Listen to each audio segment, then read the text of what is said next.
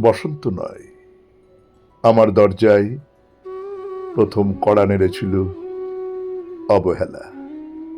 ভেবেছিলাম অনেকগুলো বর্ষা শেষে শরতের উষ্ণতা মিশিয়ে এলো বুঝি বসন্ত। দরজা খুলে দেখি আমাকে ভালোবেসে এসেছি অবহেলা। মধ্য দুপুরে তির্যক রোদের মতো, অনেকটা নির্লজ্জের মতো আমাকে আলিঙ্গন করে নিয়েছিল অনাকাঙ্ক্ষিত অবহেলা।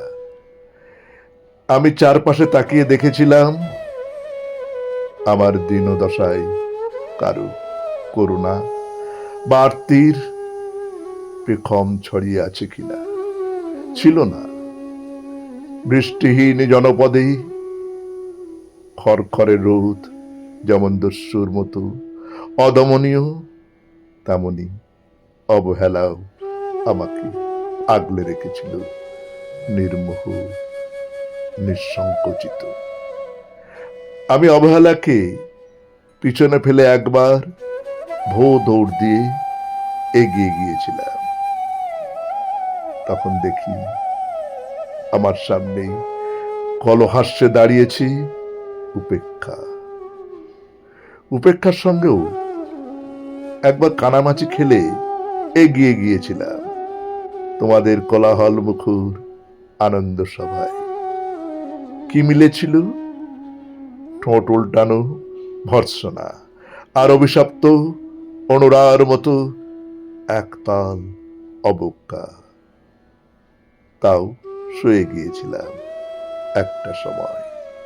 হ্যাঁ, একবার তুমি বা তোমরা যেন দয়া করে বাঁকা চোখে তাকিয়েছিলে আমার দিকে। তাচ্ছিল্য নয়, একটু মায়াই যেন ছিল। হতে পারে কাপা আবেগ ও মিশ্রিত ছিল তোমার দৃষ্টিতে। ওইটুকুই আমার যা পাওয়া। আমি ঝরে যাওয়া পাতা, তুমি ছিলে আকস্মিক দমকা হওয়া। তারপরও অবহেলার চাদর ছাড়িয়ে উপেক্ষার দেয়াল ডিঙিয়েও অবহেলার লাল দাগ মুছে জীবনের কোনো সীমারেখা ভাঙতে পারিনি আমি। এ জানি শুধু অন্তর্যামী। নমস্কার।